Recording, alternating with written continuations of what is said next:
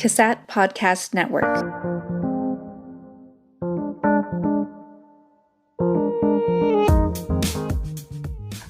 Welcome, Trudy. We're happy to have you here again today to talk about self-care and connection for first responder families. Self-care happens to be one of my favorite topics and is near and dear to my heart, so I'm really excited to talk with you about this today. As we get started, what are the types of self-care that are most important to integrate into a person's life? So, just for ease of explanation, I usually lump self-care into two general categories. I mean, certainly very loosely general categories. One is what I call foundational self-care. So these are things that you really need to be doing on most of the time a daily basis, if not a regular basis. So it's in other words, those are absolutely necessary on a day-to-day basis to be optimized. The second kind of self-care is more or less targeted self-care. So it's self-care we utilize when we have a specific stressor, we have a certain type of problem we need to solve, or a certain kind of challenge that comes down the pike. It's unique, and so I'm going to use a specific type of self-care that I've decided to match up to that I'm going to use specifically for that thing, but I may not use that but once or twice a year, depending on the situation. So I'm not having to do it every day. I just have to have it ready to be used. So can you expand on that a little bit? What would be some of the examples of foundational self-care? I love that, by the way, the separating them. But can you give us some examples for foundational? Sure. So I would say, beyond anything, sleep needs to be in every single person's foundational self-care. Sleep is essential for us to be optimized, just for us to do really, really well in life. Most people don't know this, but most, if not all, professional sports teams actually have a sleep expert on their staff. And they actually work with the members of the team to make sure that they have all of the things in place for them to do really well, like while they're on the road or while they are, especially during their season. Because if they can get really good sleep, they're actually going to perform better as an athlete. So it really hits the bottom line. It's points, it's less injuries, that sort of thing. So it's going to actually work out really well for them. And we really are no different than an athlete. We need sleep to be optimized, and we are going to have more problems in life if we don't really protect that sleep. So it's an important part of our foundation. Exercise is too. Our bodies are meant to move. And if we don't get enough exercise, whatever that is, we are going to end up having a lot more problems in our life, just especially as we age. But interestingly, exercise also gives us another really big boost in that it creates some chemicals that are sort of the anti-stress chemicals. So if we exercise, we actually get this really wonderful effect that I get to stop the production of crappy stress chemicals and start production of really, really good soothing, centering chemicals. So it's a really big win. I mean, our body likes to do it anyway. You're also going to sleep better if you exercise. I mean, there's a direct correlation in there. Some other ones are things like eating right. Whatever right is for you, and just having a recognition and an awareness in your own body, what seems to work. I did a ride-along about a year ago, right before COVID hit, with an officer, and he had a little, a little cooler in the front seat of his car on the floorboards. And he had a bunch of different food in there because he says not every single day did he get to eat. And then at one point he kind of got this really guilty look on his face and reaches over and he pulls out a Pop-Tart. He goes, "I'm sorry, but I love Pop-Tarts." And it's not like I'm I'm the sugar police or something. But I thought it was like he even knew, this isn't really in my bed, but I love Pop-Tarts. So to me, it's about really knowing what's really going to optimize your body in that regard. And certainly, if we eat really poorly, it's going to be harder to exercise. It is going to affect our sleep. And there's actually a lot of really cool new information about how different foods actually affect our moods as well. And that's getting to be a really interesting new area of research. And so that's something to be aware of. A couple others that are really important. Social connection needs to be in our foundation. It can't be, and yes, we will also use people in our targeted self-care, but social connection needs to be in our foundation. That we have to have that established, and we have to be tapping into our social support on a regular basis. It has to be part of our schedule. And then lastly, I would say, which is really important, which is an ability to have self-awareness and self-insight, because we're going to need that to help us know what sorts of targeted self-care could be useful. So I need to have that as something I do, checking in with myself, awareness of things like, what is my stress level? Am I hungry?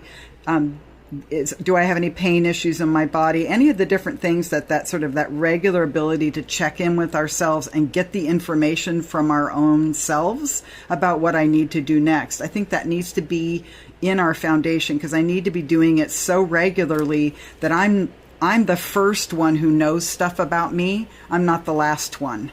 Mm-hmm. Like somebody else says, hey, have you noticed you're really grumpy lately? It's like, And so we want to be the first one to notice, like, wow, I'm not acting the same way as I normally act. So I think those are the most important things in our foundation. Awesome. What are some of the targeted strategies? So targeted self-care, I use the analogy of... Actually, it's kind of like some people use the analogy of a toolbox. I personally use the analogy of a storage closet, that you sort of have this closet. It's got all these different shelves and all these different little boxes and cubbies and different things that you're storing all of these different things that you need to target this particular issue that's in your life right now. So that way you can kind of open the closet and search around on the shelves and say, what would really be a good match for this thing I'm going through right now? So there's probably subset of about 3 different types of targeted self-care that they fit into kind of subcategories. So you might have, like, I call it the emotional shelf. So all of the strategies I need that will actually deal a lot with things having to do with emotions. Social support, some of the different types of things we get from social support is another one, and practical self-care, some ideas. So some examples of each. So emotional self-care, these are going to be the skills that help you deal with emotions, and also the skills you use to avoid stuffing emotions. So some examples of that, and I'm just putting examples out, and then everybody's going to, again, you're going to have to compile your own closet, your own skills, because they're going to be unique to you. It's kind of like your own personal fingerprint on your own life, what seems to work. So some ideas are, an emotional self-care might be gratitude list. And the reason why gratitude lists work really well, it's a really effective mood regulator, but it also shifts us away from our brain's default. So our brain actually has a negativity default. It just tends to look for the negative in things. And I think in particular for first responders, their jobs are so largely being exposed to a lot of negative events too. So it sort of reinforces that. So pulling your brain away from it and actually noticing what's going right in your life, noticing what's really good in your life. Just even small things all the way to big things. So if we force our brains to do that every once in a while, it can actually help really regulate and balance out some of that negativity that we get exposed to. Another big one for emotional self-care is staying really anchored to the meaning in your work. Usually people will enter any given field with a really clear sense of why they're doing it. I mean, they absolutely know the why. But then over time, in the grind of life, we will sometimes lose touch with that. So regularly checking in with why am I doing this, or what is really meaningful about it, can rejuvenate us in regards to our work, and even make us a lot more resilient to the emotional blows that work will end up having to have a tendency to put on us. A couple other things is just as a real practical one, which is using a technique called the mind dump. So the mind dump is something that a lot of people actually add to their sleep hygiene routine, which is the routine you do right before you go to bed. And they will actually write down all of the issues that are actively on their mind that day. And it can just be, it's a list for you. It's not a list for anybody else. So you can just do bullet points, and you can say, odd conversation with boss, irritating experience with so-and-so, gotta make sure that I call the yard guy because we need to change the day next week. So all of those little things that are just sort of actively on our minds, we put them all on a list. We actually physically write them down. We put them on our dresser, let's say. And that way, it's a way of disciplining our brain to let go of those things so that you can sleep more soundly, especially if you have a very active mind, or if you tend towards worrying more or anxiety more. It can be a really useful technique. And then you, of course, the first thing in the morning, you're picking it up and you're reading it. You don't get relief right away, but over a course of the discipline of it, your brain goes, oh, she's got this. So I don't have to wake her up in the middle of the night to remind her that she needs to call the yard guy. She wrote it down on the list. We're good. And so we just get in the habit of doing that as a discipline, as a way of acknowledging that I have these things that I have to do. When I do a mind dump from time to time, I'll even add, need to have conversation with so-and-so, or need to talk through XYZ, because I want my brain to know, I know this is important and I'm going to get to it. I'm not ignoring it and I'm not stuffing it. I may not have the space and time right now to deal with it, but I am going to. I see it as that important. A couple other just simple ones is any of the mindfulness techniques, and that's a really, really big umbrella under which to stand. And so there's mindfulness of emotion, there's mindfulness of thought. All of those can be just really, really useful. And one of the things that mindfulness, if you can learn some of the techniques around mindfulness that are so good for emotion, is that it helps us have a little bit of distance between ourselves and the emotion. So we get a lot more curious about it and kind of interested in it, sort of like we're more amused by ourselves. We're like, wow, did I overreact to that? That was interesting, as opposed to, what a jerk that I overreacted to that. So judgment has a tendency to shut us down, whereas curiosity kind of opens us up, and then obviously will lead us to having possibility of many more solutions to something. I'm also a really huge fan of humor, which I think can be really super healthy as far as an emotional strategy. In the aftermath of 1 October, when I was seeing a lot of people during that time frame, one of the things I did is right before bed, so I would actually get into bed, which I know you're not supposed to be on your phone in bed, but I would actually pull up stand-up comedians. And I would listen to stand-up comedians until I started laughing, because I was trying really hard to get out of that deep, difficult part of my brain that had been being used all day long, and I wanted to bring it to a different part of the brain. And so as soon as I would start kind of smiling, and then I would start giggling a little, it's like, okay, I can go to sleep now, because I needed to pull myself out of it. And it was just a strategy I found to be just really, really useful. And then probably the last one I would mention, again, huge thing to work on, is it's really also important emotionally to take a look at some of the stories that we have about ourselves or about life that actually still have pain embedded in them.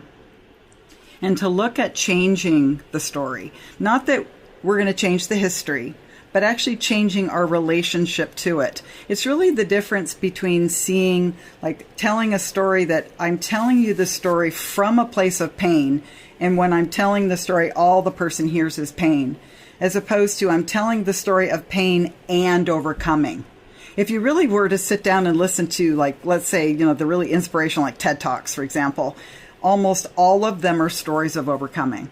So it's a story of an initial original pain, but they tell you the journey that they took to overcome that, and the growth that they ended up discovering about themselves, and the awarenesses, and how they feel about themselves now as a direct result of having had that experience, and almost like this really interesting gratitude that sort of wow, I don't wish that upon anyone, but man, am I grateful for the growth I have and the person I've become. I like this person. And that's we sometimes have to spend some time emotionally really looking at that story and recognizing that there are ways we can start seeing ourselves differently that would be so much more helpful and hopeful than the way we have tended to write that original story. I love that. I love that there's so much to unpack in all of that. And also, I think it comes back to the theme that we talk about, is finding what works for you and what you need. I like that. I have a friend who told me about the mind dump at one point, because he had a lot of anxiety and would wake up. And so he keeps it by his bed and would wake up at night, and he trained his brain that once he does it, he can go back to sleep, even though you would think getting up to write something down, turn on a little light or something would wake you up more. It actually helps him sleep better because then he's not just cycling through it. And I think that's just, and you don't hear about that stuff a lot. No. And what's cool about that is actually, in a sense, that's another piece of self-care, which is our social support network. So sometimes what we do, which is that's why our social support is part of our foundational self-care, but it's also very, very much part of our targeted self-care, is because that way we don't have to reinvent the wheel. So if I have like 4 or 5 friends and I can check in with them, it's like, hey, I'm going through this. What have you tried in the past? What have you tried to deal with that? Or what do you do? So yeah, you have this conversation about my mind is racing at night and I can't sleep. It's waking me up in the night. Your friend shares with you about mind. You say, I'm going to try that out. And all of a sudden you have a new little, you have to clear a little spot out in the self-care closet and like stick something else new in there. Cause it's like, cool, this one I'm going to start using because this is a really good one. So that's why I think it's so important. Our social support network helps us share our stressors with them. They also, and the reason why that's so important is sometimes it helps us normalize our stressors. Because sometimes we'll think there's something wrong with me, that I feel this way or I'm thinking this way. And someone goes, oh no, I feel like that a lot. It's like, oh, cool. So I'm okay. But every once in a while, I've had a friend go, oh no, Trudy, that isn't normal. I went, So in some regards, that's also helpful, right? Because then I can go, oh crap, I need to do a correction here because, maybe or even an overcorrection because I am a little off. So our friends really can help us with reality testing. Because and that's why if I have things going on, I'm going to run it by a couple of my friends because I want to make sure that I'm on the right track so I don't get too far down a path and then have to, put on the brakes and then back all the way up and start all the way over. That's not really, and especially because some of our friends are just so much more clever than we realize. And so they have all this really good, stuff that they can share with us. It's also certainly our friends can help us practice some skills and then also practice them doing them, but also practice so we can do them and then share them with people, I guess would be a good way of putting it. So some of those that we do in our social support network is I sometimes have to ask for help. And help-seeking behaviors, that's a whole skill set. And the best place to practice it is with people that I'm close to. But then also being a helper, that's really a satisfying thing. That can actually fill us up sometimes. And sometimes that is the solution, is to get out of ourselves and be generous to someone else as opposed to being, sometimes we get too far up in our own heads. Self-advocacy skills are very often skills that we also learn from our social support network. But sometimes we're the one modeling it because our friends don't know it. So again, we get to be helpful in that way. To be able to have deeper and deeper connections with our social support network, those are sometimes even a category of things we would call rituals of connection. So we find out new ways to create a ritual with a friend or a ritual with our family that will actually deepen the connections with them, which creates more satisfaction and more safety for us. And then obviously fun gets put in there. So we plan fun. It'd be great that if fun just happens spontaneously, but a lot of times we have to plan to have it. And we usually have that lot with other people. And then also just having just a regular ongoing evaluating your social support needs, because sometimes we don't realize that we're missing some people. I discovered that a few years back after 1 October again. I started a group and I put it out there. I was doing some workshops actually for CASAT, and I started this peer support group, and it was because I was missing that. I was missing support. I'm in private practice by myself at the time, and so I didn't really have peers that I could run cases by, or that I could just talk like, oh, this is going on, what do you think? And so I created that because it was I didn't have anyone in my life who was going to be able to provide that support for me. So thank goodness, and that's why sometimes we have to reevaluate every once in a while to make sure that those social needs are met. And then some ideas for practical self-care. A lot of us know this stuff, but it's things that we will have a more or less healthy relationship with. For example, a practical self-care idea is getting more organized. Organization can be some people's nemesis. Others of us, it's just our sort of our natural state of being. But when we're organized, we always do feel more soothed. So sometimes the problem isn't the stressor itself, it's that we're not very organized in our approach to the stressor. Then as soon as we get organized, it seems like it resolves itself. Anything that we reduce to a habit or a routine, which is always going to make it easier for us. So sometimes the problem we are actually having is the thing I'm dealing with on a regular enough basis. I don't have a habit that really balances that out. And so that lack of habit, or maybe even the opposite, I have a bad habit that is causing my stressor. So I end up having to look at that from time to time and then work on that. Hobbies can fit into this category because hobbies can be really, really just such an important part of who we are and reflective of our own individual creativity, or maybe we've just really like to pursue something that's very unique and that we can just go into it and just go into that state of flow that is just, and then 4 hours pass and we just, that was so wonderful. So hobbies can provide us with something good. Also learning what's relaxing to you, because that's also a unique thing. What's relaxing to one person may absolutely agitate the crap out of another person. So we have to learn, like, okay, I've got to try this, and I'll watch what other people do, and I'll try it on. And if it works, awesome. I add something to that. But it may not work, and I have to be open-minded about that. And then another one is just really learning to have just an overall better relationship with our stressors. I think there are some stressors we actually could eliminate, but we've been a little resistant to doing that because it will maybe be a lot of work or whatever. But some of our stressors we really could take a look at and eliminate. And it would actually sometimes be very, very much in our best interest. Others of our stressors we may need to minimize. So I'm actually going to decrease how often they affect me, for example.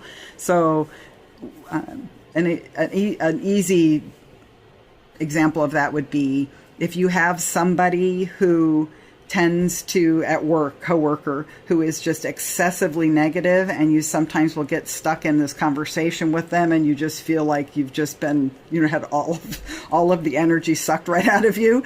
You could end up finding some really effective strategies to minimize the amount of time you actually have that conversation. So that would end up making you have actually collectively over the course of a day or a week, a lot less stress that you've accumulated. And lastly, sometimes we do have to work on changing our psychological relationship to a stressor. And what that might look like would be if you are a person who every time you get on the freeway and you're driving, you've absolutely, when people are driving, not following the speed limits, or that they're going in and out of traffic, or that there's a lot of traffic, you just absolutely become just agitated or even enraged. That you start looking at it, what makes me like that? What's going on with me? And then to just kind of keep looking at it. I had one person I worked with, and actually they actually were a person who actually did have road rage and was getting in trouble as a result of it. And what they ended up figuring out is that the actual problem was time. They had a problem with being late to things, and they had a habit of underestimating the amount of time it took to get to point A to point B. So as soon as the time problem was solved, so their psychological relationship to driving completely changed. So now driving became very, very non-stressful. And then certainly for some people, that what they need to do is they need to have it be something they look forward to instead of having it be something that's dreadful. Like I will frequently listen to podcasts when I drive. So I always look forward to driving because I get to listen to my podcast. Or I know people who do books on tape because they have like a half hour or 45-minute commute into work. And so that ends up making it like, I can't wait to drive and I can't wait to be in the car. So then it completely changes their relationship to traffic because who cares? I get to listen longer. So it ends up being something that ends up changing. So those are some ideas. And certainly, again, I would probably have barely filled one person's shelf with some of these examples. So doing like what you do, Daniel, and you talk to friends and you observe friends and you do some reading yourself, you can get lots and lots of ideas. Try them on for maybe a few times and say, does this really work for me? And then keep trying until you actually, over a period of several lifetimes, I guess, you can fill up those shelves. And so I love what you're saying. I'm taking notes, like literally taking notes, not just for like this, but for myself. And also took a note to look into why people not using their turn signals make me so frustrated. so that's my piece. But I do love, I think from the first responder perspective, we talk so much, and a lot of the conversation, not just us, is around how to deal with the job. And I think it's so important in how to enhance the quality of time you get with your family. And so I think this is a really important piece. Are there any other general tips that you have? I know you've listed some out. Are there any others that could be useful for somebody that's trying to enhance this part of their life? Sure. And I think one of the really important ones for all of us is that there is a concept, especially with that targeted self-care, is that we really do need to be looking at novelty versus overuse. So what I'm saying there is that some self-care, some techniques that we're going to use for ourselves, that by daily use, it's going to really just create this really, really good scenario. Other times, overuse, doing it every single day, is going to create a problem for me. So, and there is something to be said about novelty too, about so if I have, let's say I have an issue that comes on a regular basis, and I always throw the same exact self-care at it, and maybe it's coming up really, really frequently. Let's say it's stress, work stress, and my solution is I'm going to play video games. So maybe for the first, couple weeks, it seems to help. I feel really relaxed. It's really fun. I start looking forward to it. But then over time, I'm noticing I'm playing more and more, and I'm playing for longer and longer periods of time. And before I know it, the overuse of that thing that started out what seemed like a really good self-care strategy is now going south on me because I've overused it. So that's one of those ones that we're going to want to look regularly. Is there anything in my coping repertoire that I'm overusing? One thing, for example, that's directly a first responder thing is that a lot of times avoidance can be a coping strategy. Now, there is healthy avoidance. I have no doubt about that. But usually there's a very specific reason I'm going to be using that kind of avoidance. And then I'm going to usually circle back around and I'm going to take care of something. So avoidance is one of those self-care strategies that a person can overuse and we'll have to really look at. Also novelty. So for example, let's say I need self-soothing. If I did the exact same thing to self-soothe every single time and I needed a lot of self-soothing, it's not going to work after a while. So yeah, I want to be able to say one day I'm going to do a bubble bath, and then another day I'm going to take a really long leisurely walk around the block with the dog, and then another day I'm going to call a friend who's really, really funny, and we're just going to shoot the crap over the phone, and I'm going to laugh and laugh. So I'm going to have all these different things, so it's always novel, and then the brain really appreciates that novelty. So it's fresh every single time. Another thing is we do have to practice skills. Sometimes we will try something out one time, and I have to admit I've been guilty of this, and that doesn't work. So we're just simply not going to get the effect of some things without practice, and we have to learn how to even ask maybe a person who is doing that, how long did it take you to practice that skill before you started noticing it was getting easier or it was really starting to work? And at least you can get maybe a little bit of an idea about how long. So practicing them is really important. And sometimes I think there's some skills we want to practice when we don't need them. An example of that is timeout.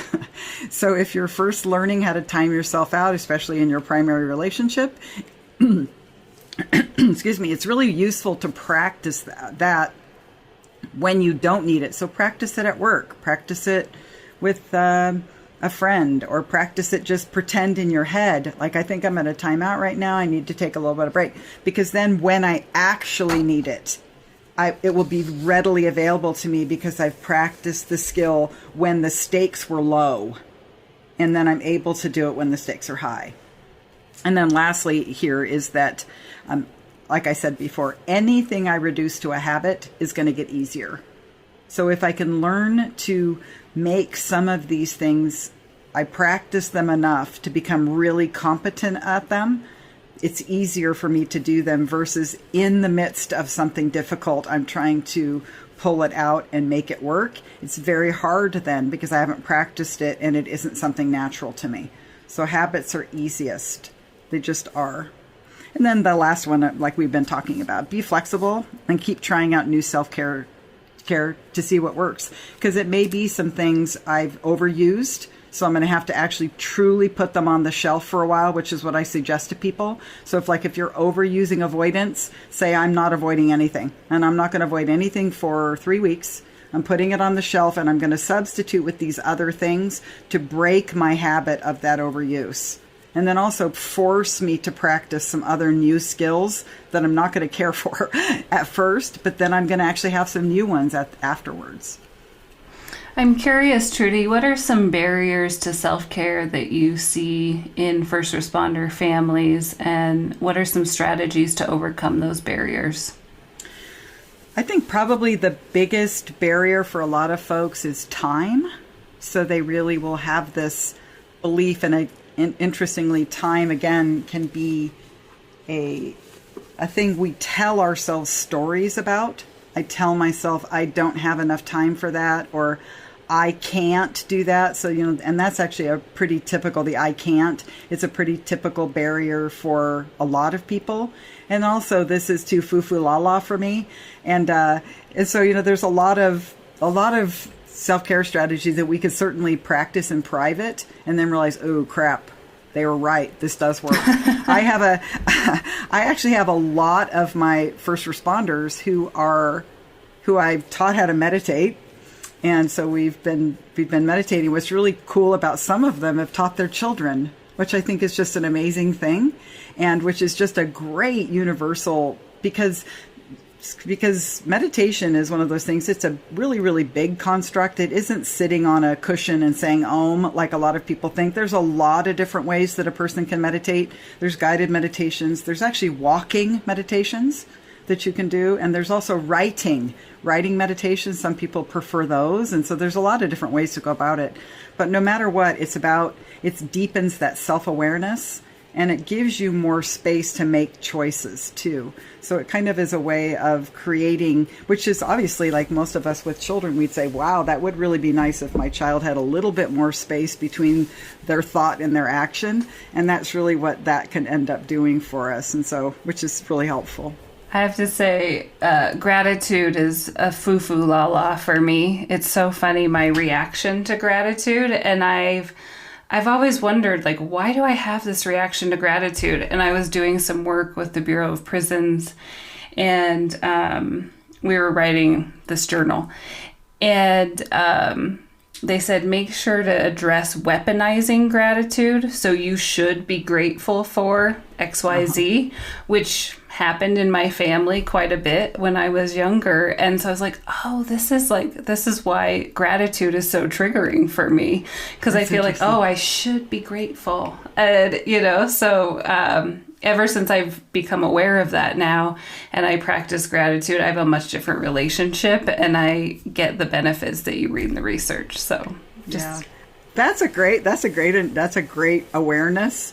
Because it is also, too, the other thing I think that's cool about some of these is being able to sort of get it to the point where we go from only noticing tens, which is also a default for first responders, is because they're so used to responding to 8s, 9s, and 10s in other people's lives. And so it sort of creates this tendency to see things when they're really big. So it's easier to see those, as opposed to actually noticing things when they're 1s and 2s and 3s. So being grateful for even those little tiny, sweet interactions we have with children, or even just, it was interesting, a couple years ago, somebody walked into my office and said, wow, did you notice that flower blooming right outside your door? And I went, no, I did not. So during my next break, I went and I thought, wow, I'm not even noticing things like this. And it was absolutely gorgeous. So it's no wonder that somebody else noticed it and brought it to my attention. But I thought, wow. So because that's part of that, is like we just get to the point where we're so busy in our lives that we're not even noticing things that could really just bring us even just a teeny little bit of joy or happiness, and then just like, oh, that was really nice, and then move on in our lives, as opposed to, man, I'm ignoring it all. And so you're missing out on things. And I think that's where that gratitude stuff comes in, is that, interestingly, because we do know there's actually a lot of research on that related to depression. So if you make people or ask people, as a homework assignment to write 3 gratitudes before they go to bed, or 3 things they're grateful for, 3 things that they notice were really good about that day, that all of a sudden they start noticing way more good things. Because I primed you, you're going to have to write them down tonight. So all of a sudden you're noticing way more than you used to notice. At first it's like pulling teeth, but that's why it's so useful, is that you start moving that default brain from all of that negativity to more positive stuff and more joy. So that's good. How do we know when self-care isn't enough?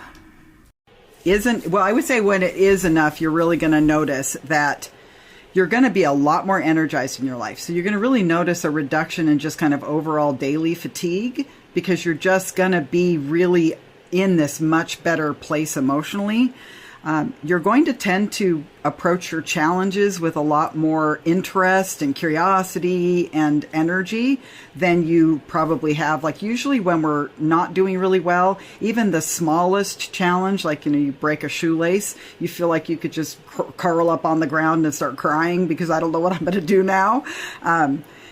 You also experience just overall better moods. So it actually really, really helps with that mood regulation piece, and you're going to have less ups and downs.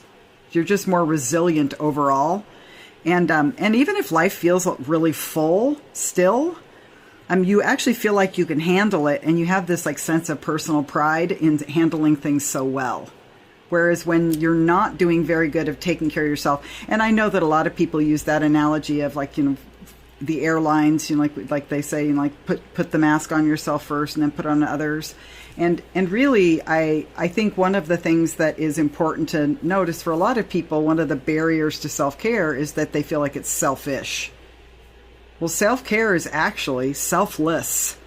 Because if I do a really good job taking care of myself, I'm going to be so much of a better spouse, so much of a better mom, so much of a better therapist, so much of a better friend.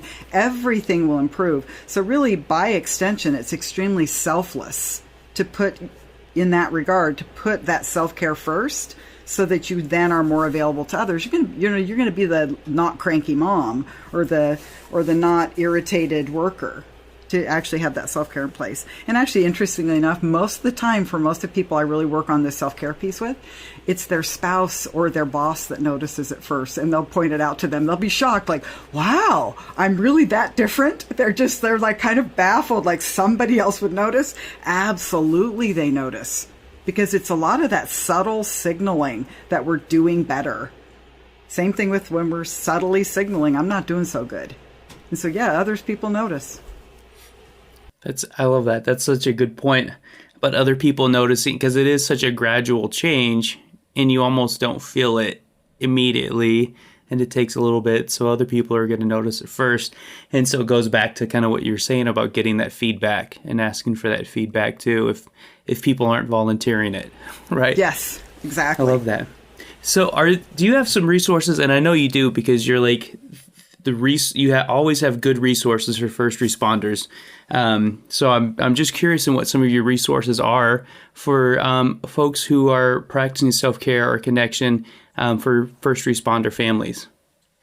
Either Charles Duhigg's book, The Power of Habit, which is actually, honestly, quite frankly, my favorite, or I would send them to James Clear's book, The Atomic Habits. And the reason is that those are, to me, when you're trying to establish self-care, you need to learn how to establish a habit. If you don't know how to establish a habit, it's going to be very difficult. And then certainly if you inputted self-care into any Google search or any kind of search engine, you're going to end up with just millions of hits. So you can just kind of look at those kinds of things, but also Pinterest is another one. So Pinterest will give you just a whole bunch, and some of cute graphics to go along with it.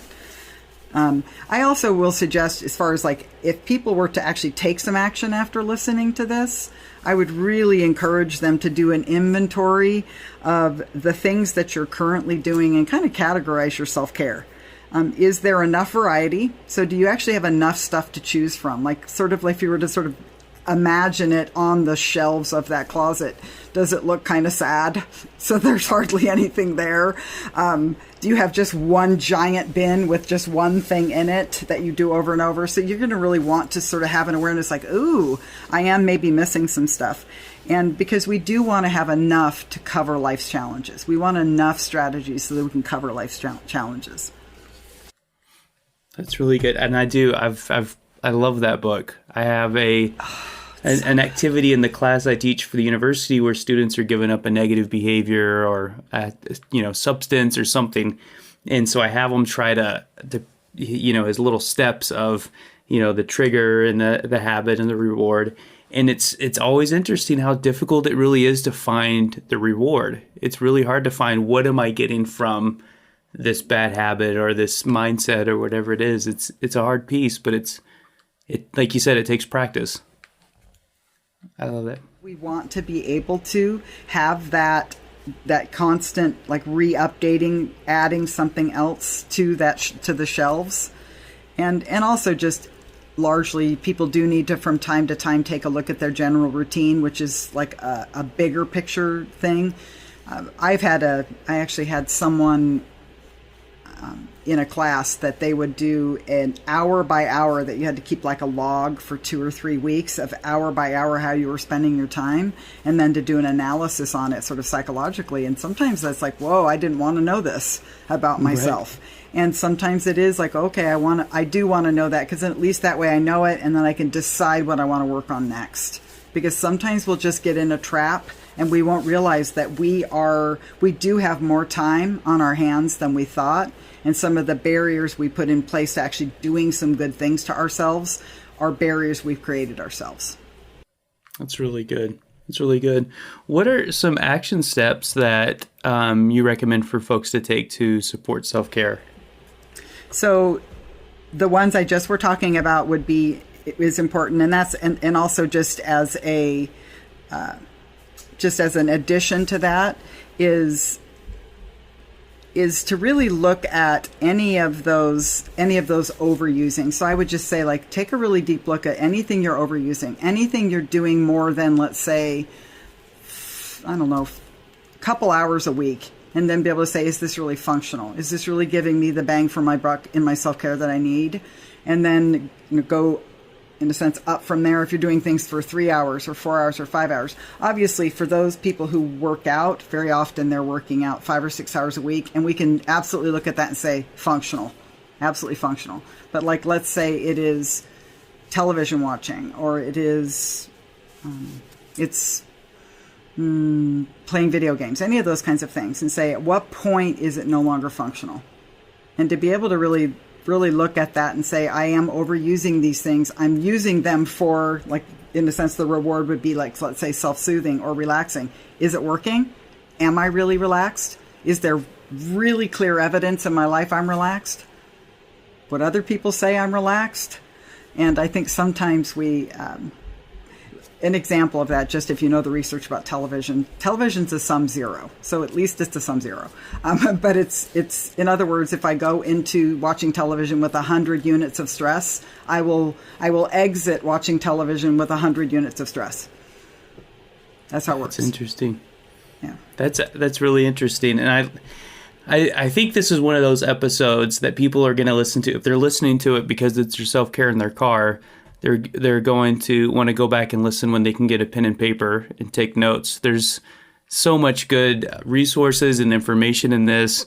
I loved it. And I definitely am going to be using some of this. I appreciate all that you have to bring to this. I feel like this one at some point needs to be its own series, but there's just so much in this, but really, really good. Thank you so much, Trudy, for this.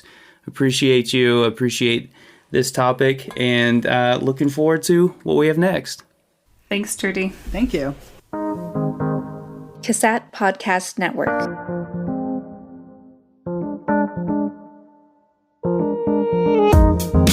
This podcast has been brought to you by the Cassette Podcast Network, located within the Center for the Application of Substance Abuse Technologies at the University of Nevada, Reno. For more podcasts, information, and resources, visit cassette.org.